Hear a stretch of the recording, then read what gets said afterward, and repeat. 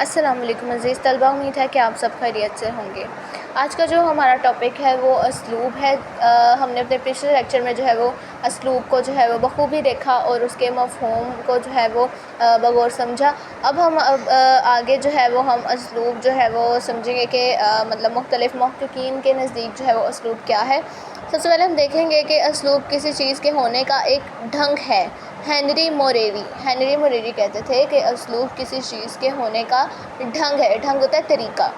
اب دوسرے نمبر پہ جو ہے وہ گیٹے کہتے ہیں اسلوب تخلیق کا وہ عظیم اور متحرک اصول ہے جس کے ذریعے فنکار اپنے موضوع کے گہرائی میں اتر کر اس کے موضوع کا جائزہ لیتا ہے۔ مطلب اسلوب تخلیق کا وہ عظیم اور متحرک اصول ہے۔ مطلب یہ بات یاد رکھنے کے لیے بہت ضروری ہے کہ اسلوب جو ہے وہ تخلیق کا عظیم اور متحرک اصول ہے جس کے ذریعے فنکار اپنے موضوع کی گہرائی میں اتر کر اس کے موضوع کا جو ہے وہ جائزہ لیتا ہے، ٹھیک ہے نا۔ ایک گہرائی میں اتر کر فنکار جو ہے وہ موضوع کا جو ہے وہ جائزہ لیتا ہے۔ اب تیسرے نمبر پر جو ہے وہ ہم بات کریں گے اسلوب سے زبان میں معجزے کا امتزاج پیدا ہو جاتا ہے، یعنی اسلوب اگر جتنا اچھا ہوگا اس سے جو ہے وہ لہجے کا اور مطلب ایک معجزے کا امتزاج پیدا ہوتا ہے۔ ارسطو اس بات پہ جو ہے وہ غور و فکر کرتے ہیں۔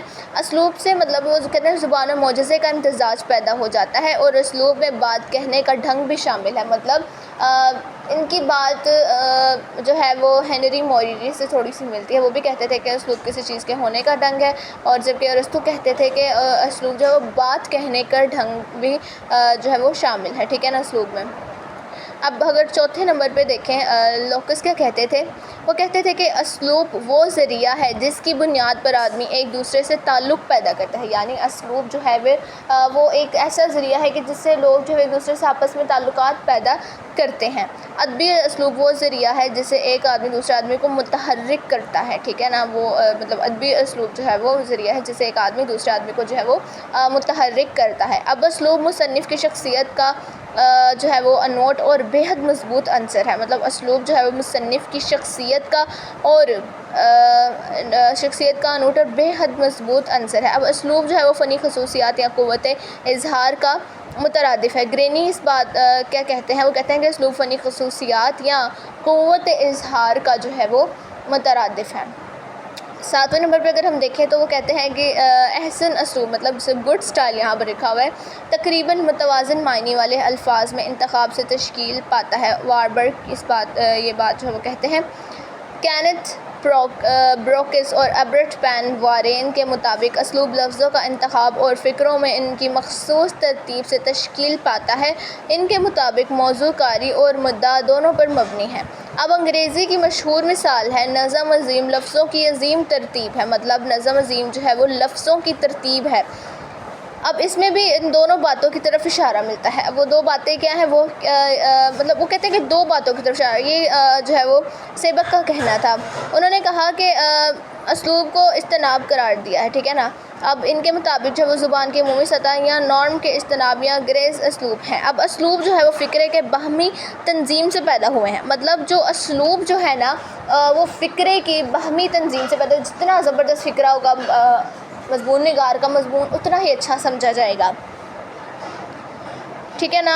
یہ کہتے تھے اسپورنا اور ہیل اس بات پر کہتے تھے۔ اب مری کیا کہتے تھے، حسن کلام کی شناخت جس صفت سے ممکن ہو اسلوب ہے، ٹھیک ہے۔ مطلب انہوں نے بھی کہا کہ کلام کے حسن کی شناخت، ٹھیک ہے نا، جس صفت سے ممکن ہو اسلوب ہے، ٹھیک ہے۔ اب افلاطون کیا کہتے تھے، وہ کہتے تھے کہ جب فکر کو شکل دے دی جائے تو اسلوب جنم لیتا ہے۔ مطلب کسی بھی چیز کے حوالے سے فکر کو کہ جو ہے وہ شکل دے دی جائے تو وہ اسلوب جنم پاتا ہے۔ اس کے بعد اگر ہم بات کریں تو شو پنجار کی،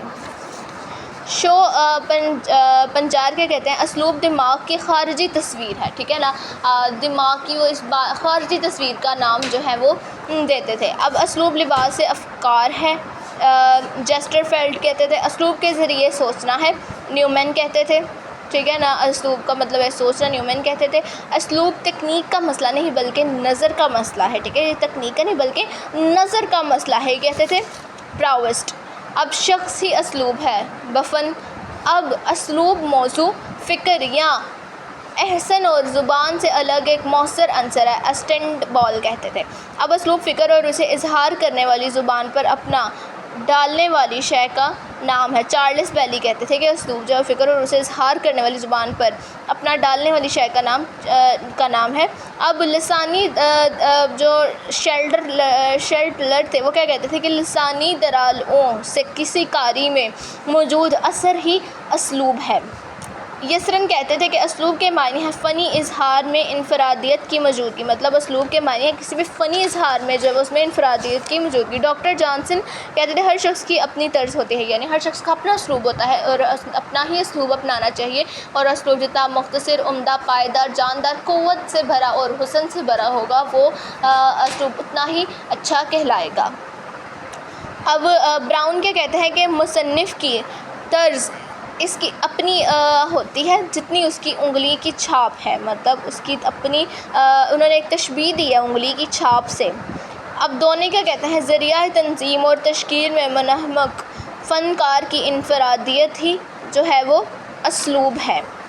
اب ان تعریفوں کے علاوہ چند وضاحتیں تعریفیں قابل توجہ ہیں، ٹھیک ہے۔ اب ان تعریفوں کو جو ہے وہ ہم انشاءاللہ اپنے اگلے لیکچر میں جو ہے وہ ڈیٹیل کے ساتھ، تفصیل کے ساتھ جو ہے وہ دیکھیں گے۔ ابھی کے لیے اتنا ہی، امید ہے کہ آپ کو سمجھ آئی ہوگی۔ اللہ حافظ۔